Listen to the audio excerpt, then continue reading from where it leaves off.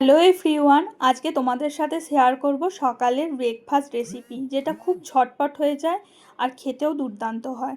তো আমি প্রথমেই আজকে যেটা করেছিলাম সেটা হচ্ছে ভিডিওটা অন করতেই ভুলে গেছি, জানো তো।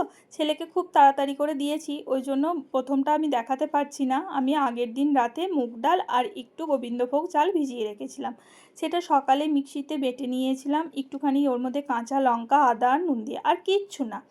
তো তারপর তোমরা দেখতেই পাচ্ছ আমি থিকনেসটা কেমন রেখেছি। এই রকম থিকনেস রেখে আমি প্রথমে ধোসাগুলোকে ভেজে নিচ্ছিলাম।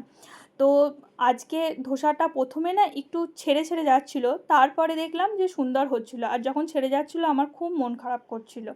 তো তারপরে একদম ঠিকঠাক হলো।